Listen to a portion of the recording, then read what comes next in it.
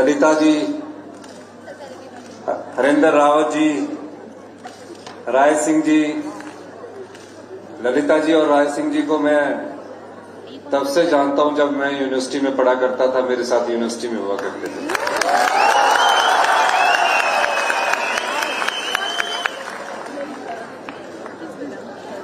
सभी अधिकारीगण और रोडू के सीमा कॉलेज के सभी प्यारे बच्चों, जब हम कॉलेज में पढ़ा करते थे, मैं गवर्नमेंट कॉलेज शिमला में पढ़ा करता था और रोडू से बहुत बच्चे गवर्नमेंट कॉलेज शिमला पढ़ा करते थे। और जब शिमला में पढ़ा करते थे तो अक्सर मेरा रोडू आना हुआ करता था। 86 में मैं रोडू आया, जब मैं कॉलेज का, गवर्नमेंट कॉलेज शिमला का प्रेसिडेंट था। तो आज जब मैं पहले अपने कार्यक्रम में कॉलेज गया,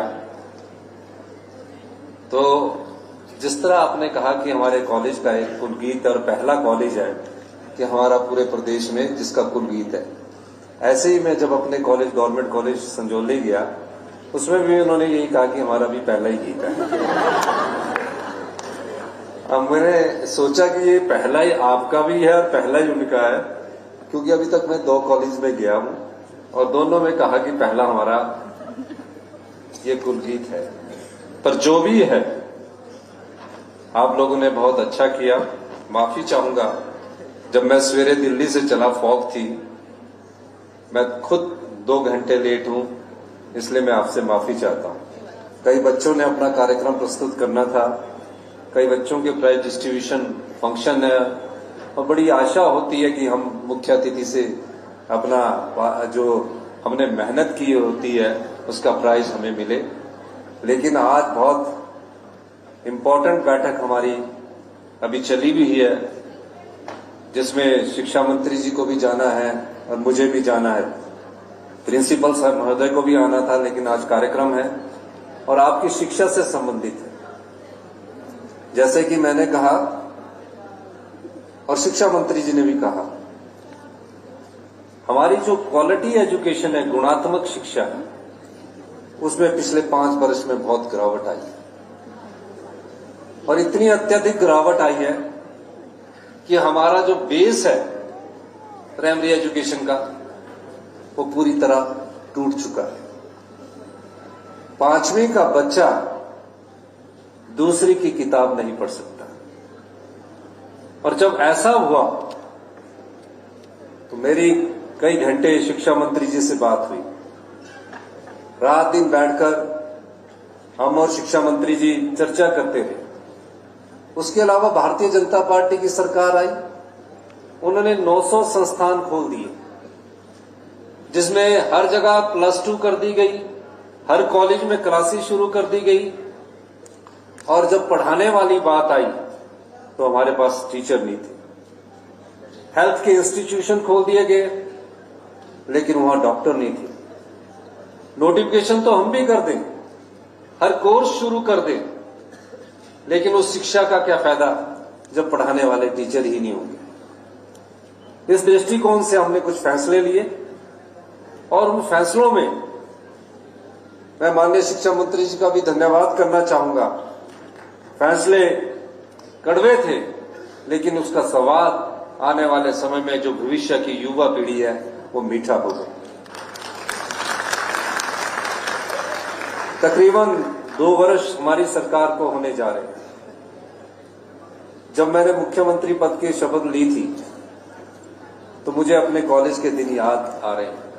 हम भी ऐसे ऑडिटोरियम में, यूनिवर्सिटी में बैठा करते थे, एनएसयू के बच्चे थे, हम भी अपने नेता आते थे, नारे लगाते थे, दूसरे संगठनों के भी बच्चे थे।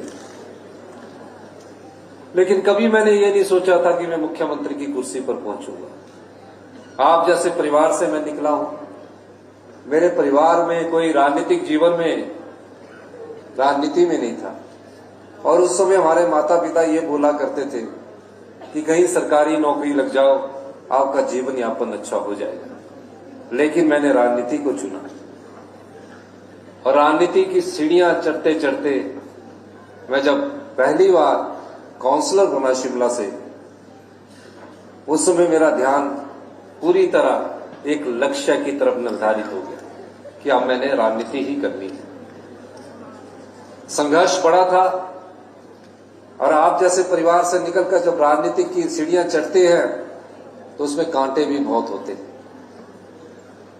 किसान प्रविष्टि से आकर कैसे हमने आगे बढ़ना है, इस दृष्टि से हमने काम करना शुरू किया। मैंने लॉ भी की, एमए भी की, लेकिन जीवन में हमेशा संघर्ष करके आगे बढ़ा। आज भी मेरी माताजी गांव में खेती करती है, लेकिन मैं ये बात क्यों कह रहा हूं आपसे? मैं आप लोगों से ये बात इसलिए कह रहा हूं कि आप अपने मन में ठान लीजिए कि मैंने जीवन में ये बनना है। सफलता और असफलता आपके कर्म पर निर्भर करती है। अगर आप उस दिशा में बढ़ोगे तो सफलता आपके पांव चूमेगी। जब हम स्कूल में पढ़ते थे उसमें 8वीं 9वीं तक टाट हुआ करता था, और जो बेंच मिलते थे वो 9th क्लास में मिलते थे और 10th क्लास में मिलते थे। पीयूसी हुआ करती थी, कॉलेज एक था, 4000 बच्चे गवर्नमेंट कॉलेज संजौली में पढ़ा करते थे। रोडू, ठियोग, जुब्बल, चौपाल, बलदेरा सब जगह से बच्चे आया करते थे, हॉस्टल में रहा करते थे और जीवन में एक सपना सजोकर कि हम अपने जीवन को निखारेंगे। मैं आज भी देखता हूं उस कॉलेज के बच्चे डॉक्टर बने हैं, इंजीनियर बने हैं, जहां भी मैं जाता हूं एचएस बने हैं। उसी तरह आप भी बन सकते हैं।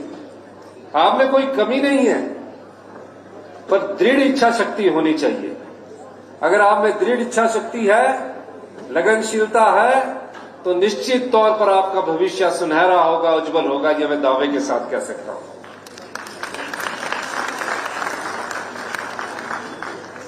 आपने देखा होगा कि कई बार हम कहते हैं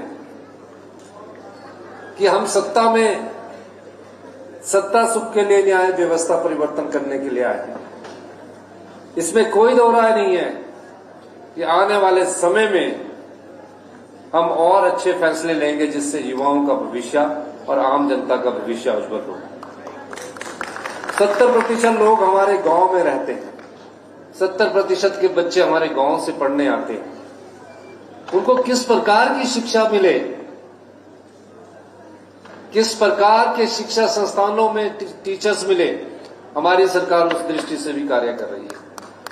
अभी ब्राता जी ने कहा कि हॉर्टिकल्चर कॉलेज होना चाहिए, बीएड कॉलेज होना चाहिए। मैं चाहूंगा कि अगली बार से, जैसे शिक्षा मंत्री जी से मेरी चर्चा हुई है, कि इस कॉलेज में अगले साल से बीए विद बीएड शुरू की जाए। आप अभी बीए के बाद 2 साल लगाएंगे, आप बीए में ही फर्स्ट ईयर में एक सब्जेक्ट बीएड का पढ़ लेंगे, जो बच्चे शिक्षक बनना चाहते हैं। तो आप लोगों के लिए बीएड कॉलेज हम लेके जा रहे हैं।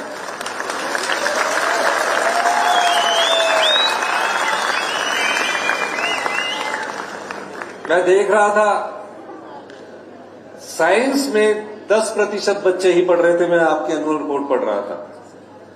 बीएससी 1 में टोटल बच्चे 42 है और आर्ट्स में आपके बच्चे 460 के करीब हैं। तो अब देखना ये होगा, और जहां भी मैं जा रहा हूं वहां बेटियों की संख्या बहुत अधिक है। अब इस कॉलेज में भी मुझे बेटियां अधिक संख्या में नजर आ रही है। और जब हम गवर्नमेंट कॉलेज शिमला में पढ़ते थे उस समय को-एड नहीं था, उस समय सभी लड़के हुआ करते थे। और हमारी स्ट्राइक पता किस लिए हुआ करती थी कि को-एड होना चाहिए, लड़कियां भी इस कॉलेज में होनी चाहिए। और जब मैं अभी 10-15 दिन पहले उस कॉलेज में गया तो पता लगा कि वहां 70% लड़कियां हैं। उल्टा हो गया। हमारी बेटियां पढ़ रही है, अच्छा नाम कमा रही हैं, हमारे छात्र भी पढ़ रहे हैं, लड़के भी पढ़ रहे हैं। लेकिन शिक्षा के स्तर में गुणात्मक सुधार लाने के लिए हमारी सरकार अच्छे कदम उठा रही है। आने वाले समय में मेरा ये मानना है कि आप लोगों को अच्छी शिक्षा मिले, प्रोफेशनली तरीके से हमारे जो कोर्सेज है, चाहे पीजीडीसीए है, बीसीए है, एमसीए है, एमकॉम है, बीकॉम है, इन क्लासेस की शुरुआत की जाए। और जो आने वाले समय में और भी नए कोर्सेज हम शुरू करना जा रहे हैं, जो कि भविष्य की चुनौतियों का सामना करने के लिए हमारी युवा पीढ़ी को चाहिए। आर्टिफिशियल इंटेलिजेंस है, मशीन लर्निंग है, डाटा साइंस है। अभी हम पॉलिटेक्निकल में शुरू करने जा रहे हैं। आने वाले समय में हम कॉलेजेस में भी इस बारे में विचार कर रहे हैं कि आने वाले समय में अपने जो युवा साथी है उन्हें हम भविष्य की शिक्षा दे सके। अंत में इन्हीं शब्दों के साथ माननीय बरागटा जी ने कहा कि इस कॉलेज का नाम श्री वीरभद्र सिंह जी के नाम से रख दिया जाए। मैं इस कॉलेज का नाम श्री वीरभद्र सिंह जी से रखने की घोषणा करता हूं।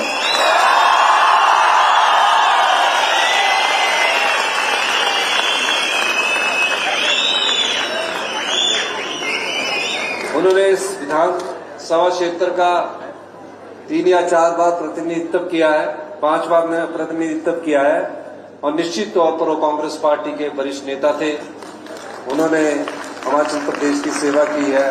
तो जब बरागटा जी ने मांग रखी तो उस समय इस मांग को मैं पूरा करता हूं। बाकी प्रिंसिपल महोदय भी कुछ बोल रहे हैं।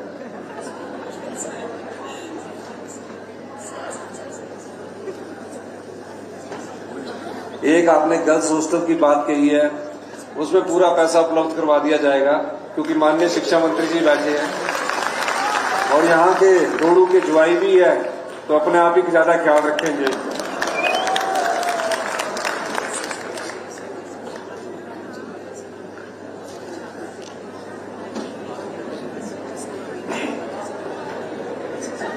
और बसेस की इन्होंने बात की है, उसके बारे में भी मैं देने की घोषणा करता हूं। मल्टीपर्पज बिल्डिंग,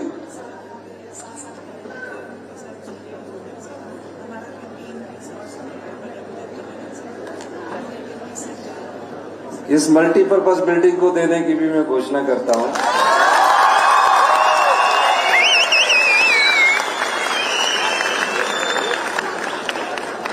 आज मैं स्पेशल इसलिए आया